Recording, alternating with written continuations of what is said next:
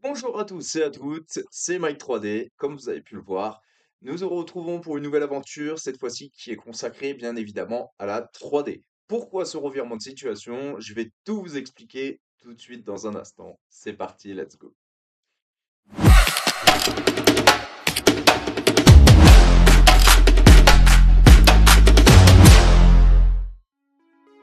Alors du coup, pourquoi ce revirement de situation? Tout simplement pour une simple et unique raison, j'ai voulu me lancer dans le domaine du 3D parce que c'est quelque chose qui m'attirait énormément depuis déjà quelques années. J'ai pas pu y mettre à profit parce que, étant donné pour des raisons financières, mais aussi parce que, bon, bah voilà, qui dit imprimante 3D, qui dit automatiquement il faut de la place, il faut un environnement qui est plutôt assez stable en termes de chaleur, d'humidité, etc. Parce que c'est des choses qu'il faut bien évidemment à prendre en compte lorsqu'on choisit une imprimante 3D. Moi, je n'ai pas choisi, mais celle que je voulais, bah, au final, c'est celle que j'ai eue en cadeau d'anniversaire. Et en gros, si vous préférez, cette imprimante-là est une des plus grosses en termes de révolution, qui marche très très bien, qui est vraiment incroyable et tout ça.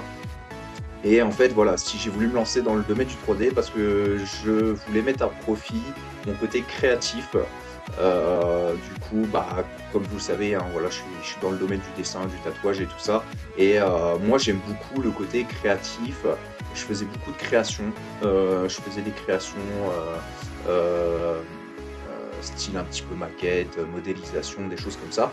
Et du coup, en fait, le côté pour mettre à profit dans le domaine du 3D, je trouve ça vraiment très intéressant. Et moi qui adore le côté maquette, et ben voilà, je voulais me lancer absolument dans cette nouvelle aventure pour pouvoir créer différents types de maquettes, miniatures, mettant en scène différents environnements et tout ça qui sera vraiment incroyable.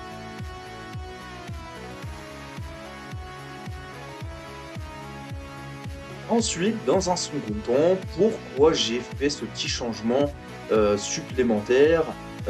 Parce que voilà, le style de contenu que je proposais sur mon autre chaîne me plaît toujours, hein, je vous rassure, ça me plaît toujours. Vous aurez bien évidemment tous les liens dans la description pour vous situer et puis voir un petit peu ce que je fais comme type de contenu.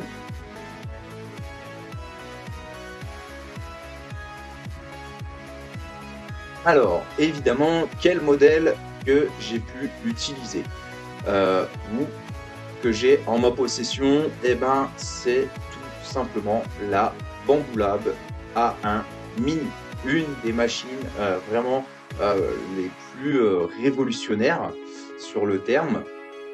Alors, je vous montre ça tout de suite.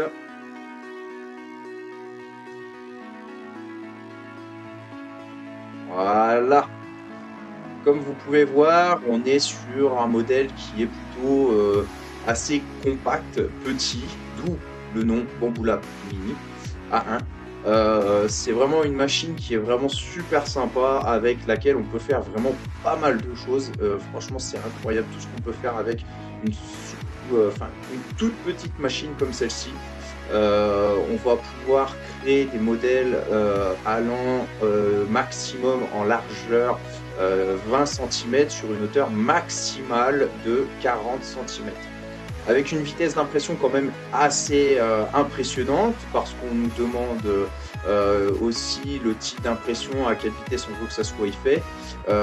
Mais de tout ce que j'ai pu déjà me renseigner parallèlement, c'est qu'il faut quand même utiliser la capacité moyenne. Il ne faut pas trop la mettre en surtension, en trop haute intensité de vitesse d'impression, parce que voilà, il peut y avoir quelques petits loupages, il peut y avoir des petites imperfections lors de la modélisation. Donc aux alentours de 200 ms, je trouve que c'est déjà une très très bonne vitesse d'impression. On voit là actuellement, là c'est le support AMS qui est l'impression multicouleur. Je ne l'ai pas en ma possession, j'ai simplement la Bambu Lab A1 Mini et pas la Bambu Lab A1 Mini Combo qui justement possède le supplément avec socle AMS. C'est pas trop grave parce que moi pour le moment tout simplement une chose qui est pour moi qui est le plus important, c'est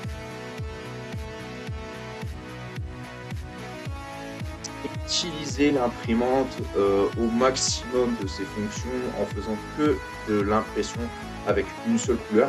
De toute manière, je vais privilégier soit du blanc, du gris ou du noir parce que de toute manière, mon but principal pour mes impressions, c'est de pouvoir les repeindre moi-même et les faire à mon effigie et au goût de ce que je veux. L'impression multicolore, ce qui est bien, c'est que bah, voilà, ça vous permet de faire directement vos modèles et sans besoin d'y incorporer trop de détails en ayant maximum 4 couleurs.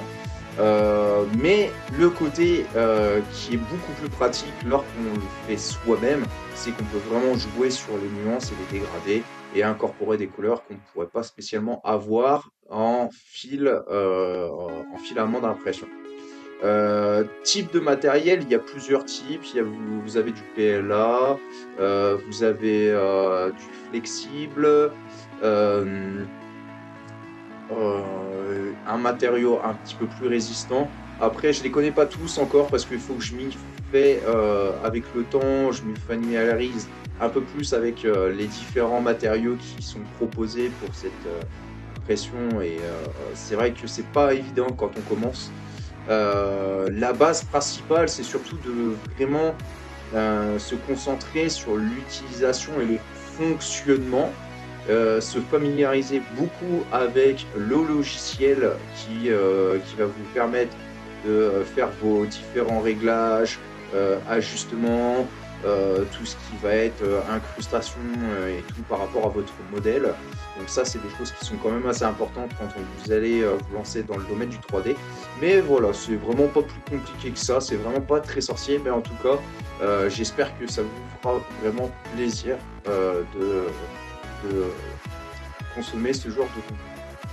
Et voilà les amis, cette vidéo touche à sa fin pour cette toute première vidéo de présentation de cette nouvelle chaîne et en termes de nouveaux contenus. On se retrouve pour une prochaine vidéo, cette fois-ci on fera la présentation de l'imprimante 3D, de ce qu'on pourra faire comme premier projet et j'espère que ça vous fera énormément plaisir. Voilà, je vous dis à très bientôt, c'était Mike 3D, ciao ciao.